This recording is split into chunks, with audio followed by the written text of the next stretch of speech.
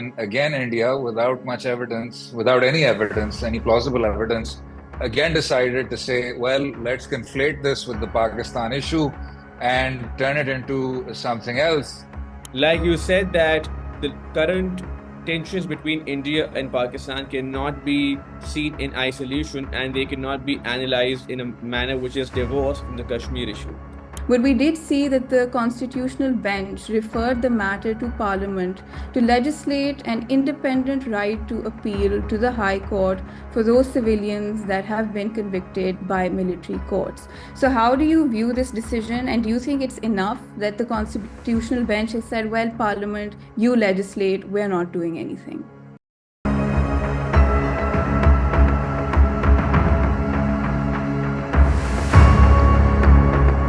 I'm Rida Hosain, and today we're going to talk about the situation post the military confrontation between India and Pakistan and briefly touch upon certain developments that took place in the domestic legal framework during this time period.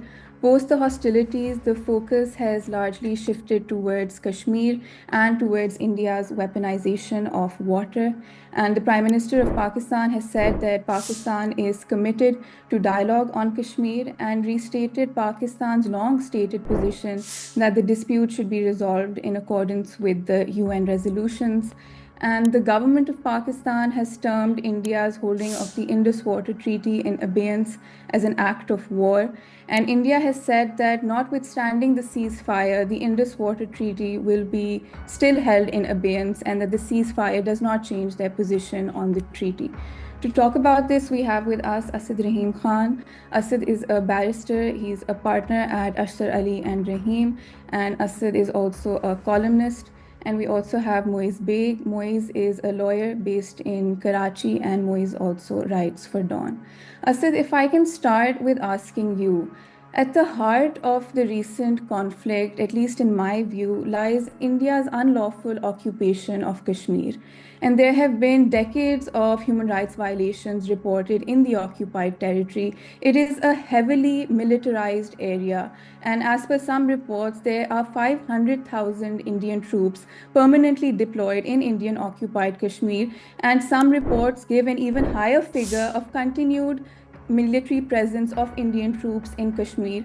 And when India revoked the special status and changed their occupation effectively into an annexation, there was a complete blackout and thousands were detained. And whether India intended to or not, the recent conflict has to a large extent internationalized Kashmir and has also brought to light the resistance within the occupied territory to India's unlawful occupation and to the forcible demographic change that India is attempting in Indian occupied Kashmir. And this is something that Pakistan has been striving for a long time, to push for this at the international agenda. And this present moment does present an opportunity for Pakistan, because in the past we've seen India adopt various rather ludicrous positions, like telling the United Nations to remove Kashmir from their agenda permanently. But since this moment, at least in my view, presents an opportunity for Pakistan, how best do you think that Pakistan can use this opportunity to push for its position on Kashmir at the international level and especially at the level of the United Nations?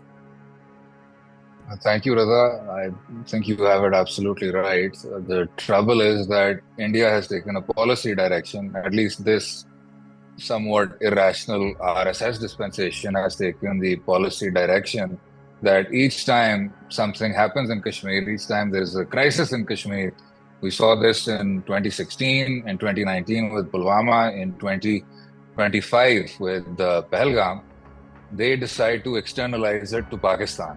The trouble is that when you are transitioning from occupation to annexation, the logical result would be that the insurgency in Kashmir is going to grow more and more indigenous, and it's going to grow more and more serious with time.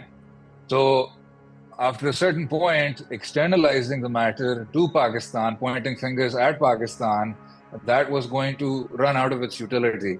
And we saw that over the past 2 weeks when, again, India, without much evidence, without any evidence, any plausible evidence, again decided to say, well, let's conflate this with the Pakistan issue and turn it into something else. the result was, I think, even on an objective plane, extremely embarrassing for the Indian position. The fact that something that has been synonymized with, or at least the Indian Foreign Office has tried to synonymize it with terrorism for so long, we've seen a complete reversal in terms of narrative positioning, in terms of the United States' messaging over the past few days. India and Pakistan are no longer battling over what the Indian perception of terrorism is. We are again speaking about Kashmir as the core dispute between two nuclear armed countries. And I think the Pakistani perspective has been correct to juxtapose it with the right to the Kashmiri self-determination. Although I still think that Pakistan has been a bit inadequate on that front.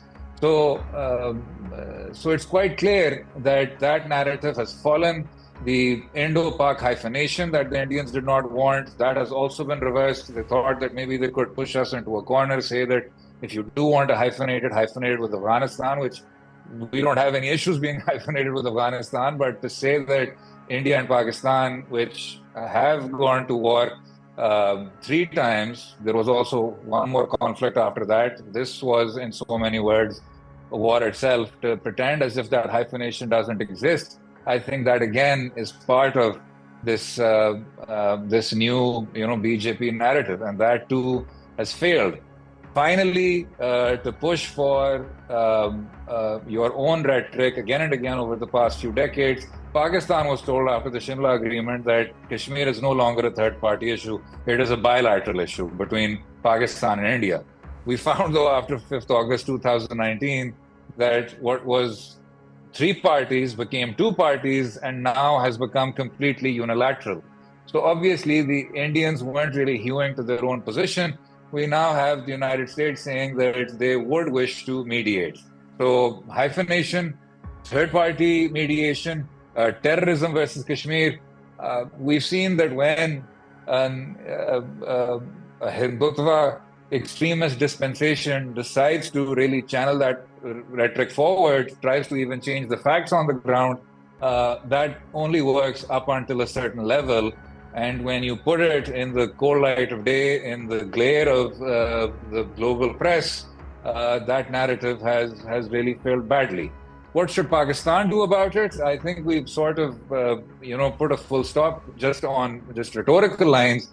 I think the next step has to be, well, what does that third-party mediation look like? How do we center the Kashmiri voice in terms of self-determination?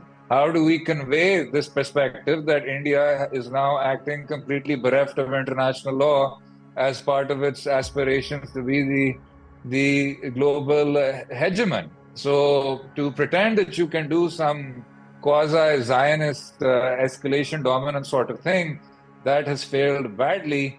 Pakistan, though, needs to continue to be recalibrating its own policies.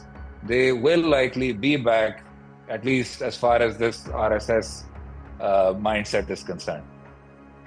I think you're absolutely right. And I think as far as the hyphenation goes, the Indian perspective for a long time has been very petty and has reeks of this superiority complex, like how dare you say our name in the same breath as you say the Pakistani name.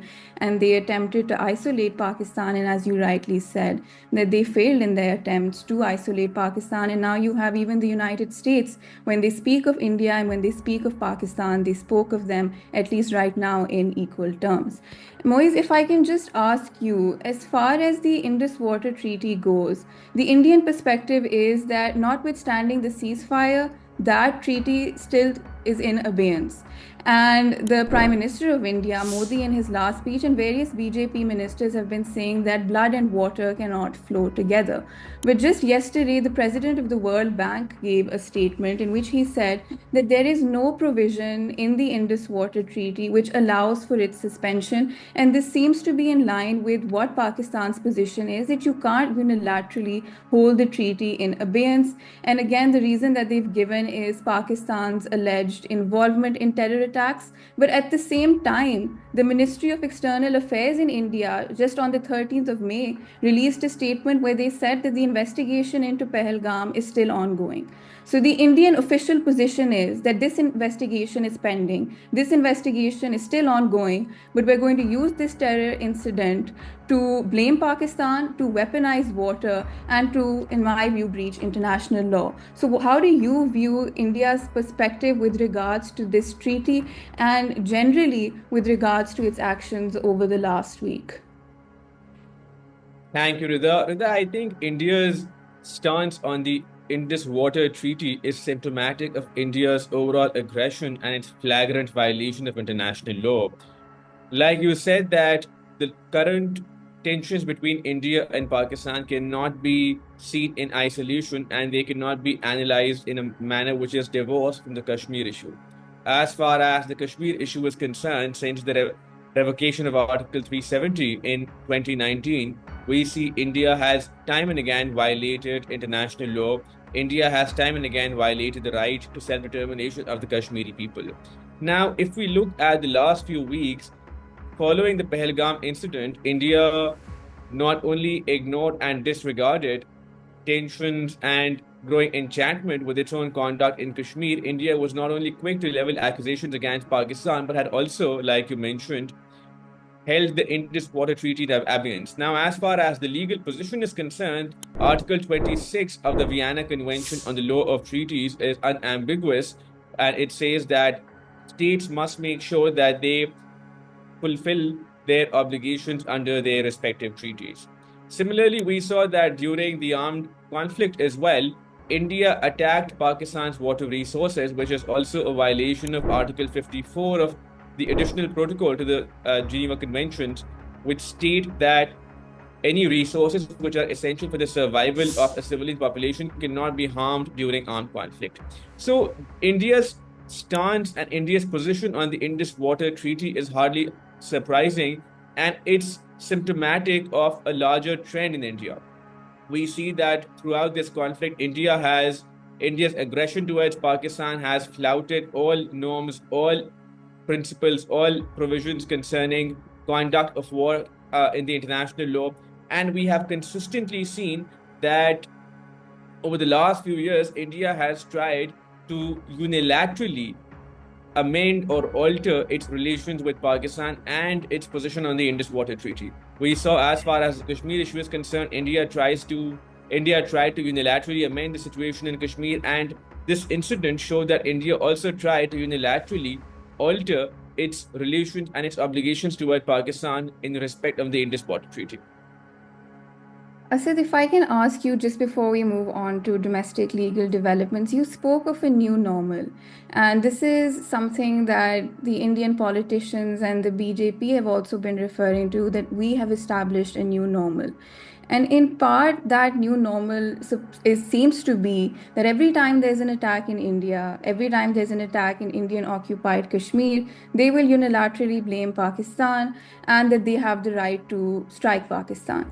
And in terms of this, the interpretation that India has adopted of the UN Charter is very concerning, because in their statement by the Indian government on the 7th of May, they said that they have the right to preempt cross-border attacks and to take action to deter cross-border attacks. So they are saying that their interpretation of the UN Charter allows them to use force to unilaterally decide which state is involved, to preempt such attacks, and to use force to deter such attacks. And in my view, that seems to fly in the face of the spirit of the UN Charter and what that entails.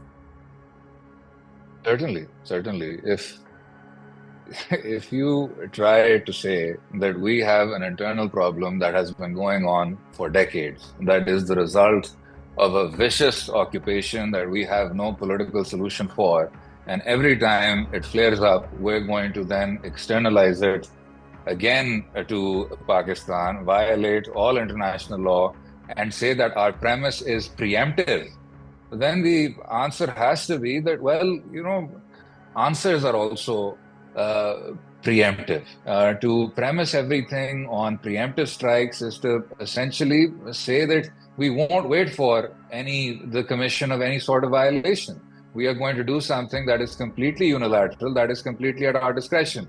But I would imagine that the most, utility-based perspective in India will hopefully sit down and think about this. We tried this in 2019, and that Abhinandan fiasco happened. That was also purportedly preemptive after what happened in Pulwama. We tried this in 2025. We lost the global narrative, and the Pakistanis, whom we had sort of put in these very specific terms as a country that we don't care about, we are dehyphenating from, we're only going to bring them up when we talk about destroying them, they sort of, punched you back in the face. So what are these preemptive strikes doing? What are they achieving? What are they accomplishing? Are they making us fly dangerously close to the nuclear threshold in one of the most consequential, or at least potentially consequential conflicts in the entire world? Yes. The other thing I would want to mention here, we talk about India, we must start from the Pakistan position, is that if we want to take a very strong position on larger countries not doing preemptive strikes, then we should also maybe reassess what we're doing vis-a-vis Afghanistan, just in terms of, policy consistency. It doesn't bode well for us to say that the Indians have taken up a unilateral, preemptive basis for their strikes, and to be doing the same when we get the chance. So I was opposed to that before. I'm opposed to it now.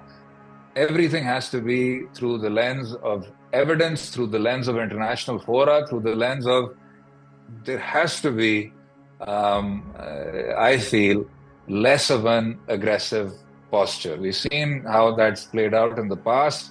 The trouble is that Pakistan was, I feel, relatively controlled, relatively consistent, and relatively careful, as opposed to a mindset that is expressly rooted in European fascism. So now, if you layer that with preemptive strikes and with this, frankly goofy understanding of what the UN Charter says, I think we're in dangerous water.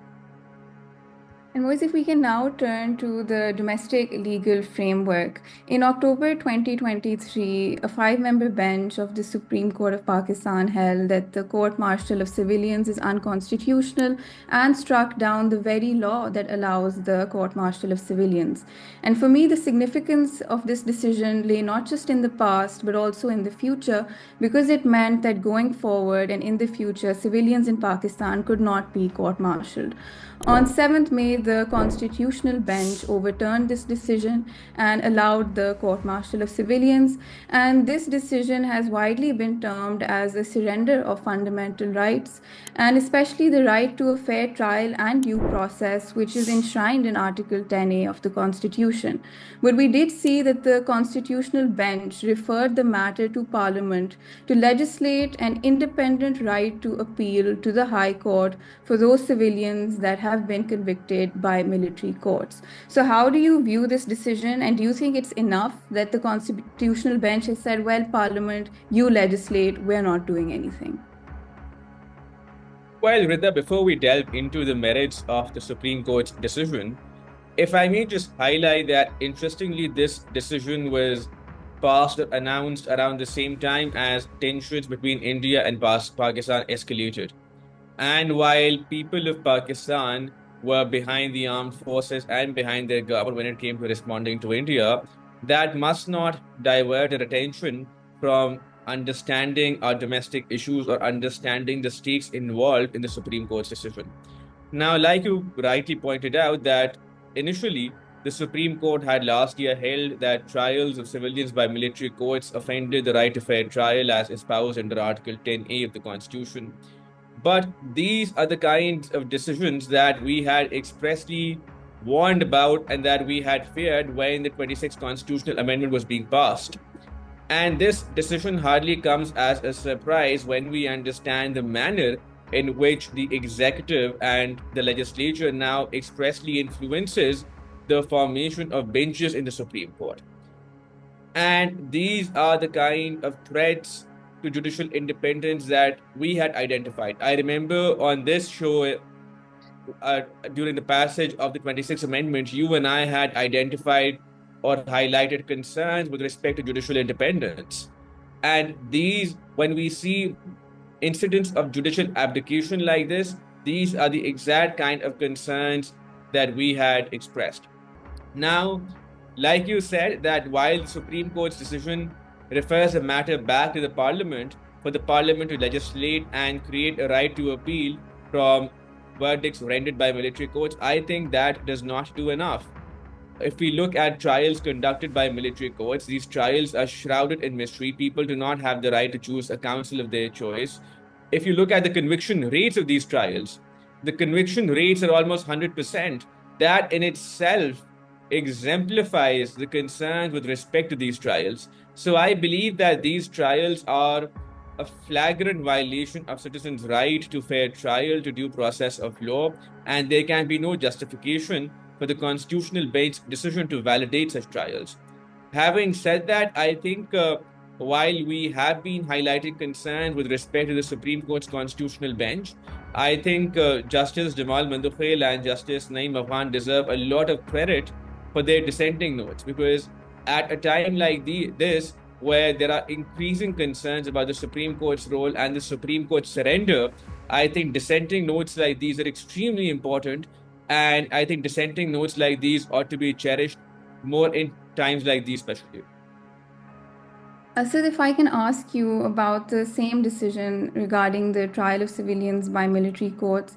You wrote an article in December where you spoke about Jinnah and what he said about the right to a fair trial with regards to laws that were passed in 1990. And now you have the constitutional bench going against those ideals, and not just those ideals, but also our own constitution, fundamental rights that are enshrined in our own constitution. But what I would just like to ask you is that, in addition to your thoughts on this decision as a whole, would you contextualize this decision with regards to the general efforts to undermine judicial independence, and especially post the 26th Amendment, as Moiz said, and the resulting judicial capture post the 26th Amendment that we're all witnessing before our eyes? I would. I don't think you would have this verdict if the 26th Amendment wasn't in play. If one reads the short order, frankly, I was not able to get from point A to point B, but I'll come to that in a second. You referred to Mr. Jinnah's address in 1919. I was happy to see that one of the petitioners' counsel also took it up. It was in the body of their petition as well.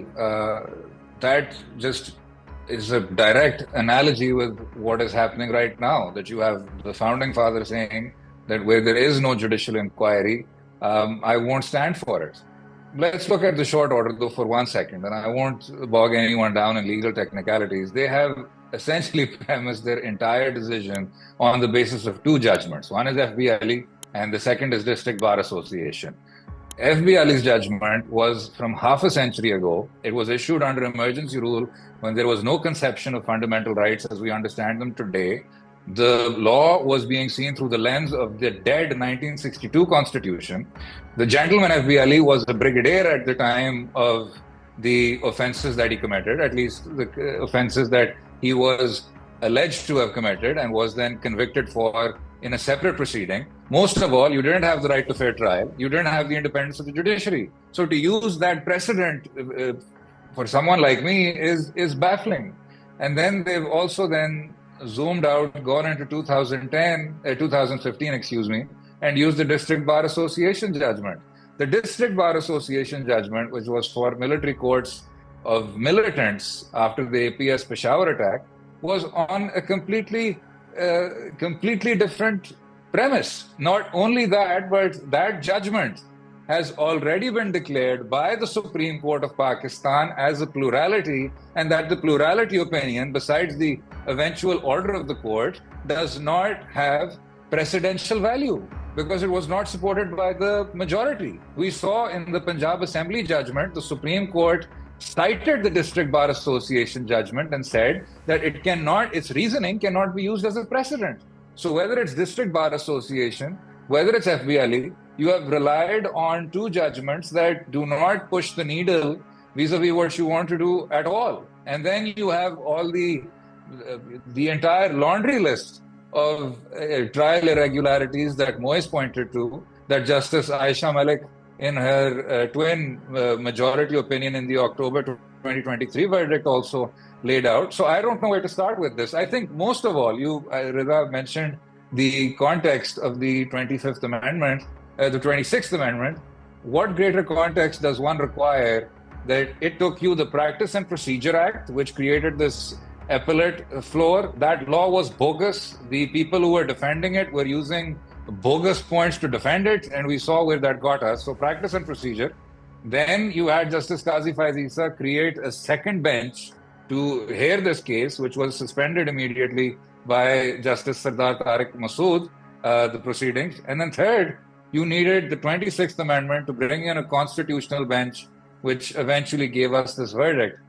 Despite all of this engineering, at the end, you still get 7-5 judges, 7-5, a final tally against military trials of civilians within the same Supreme Court. I mean, it's so strange and so confusing to have to say that there are two different verdicts within the same Supreme Court, whose entire constitutional premise is that it is final. I mean, honestly, where to begin? So I still think it's heartening that a majority of judges still feel that trials like these have no place in our constitutional order. But have we taken every single step along the way to ensure that this artificial outcome become the law of the land? Yes. And I think it's a very, very sad day, and we will hopefully push past it soon.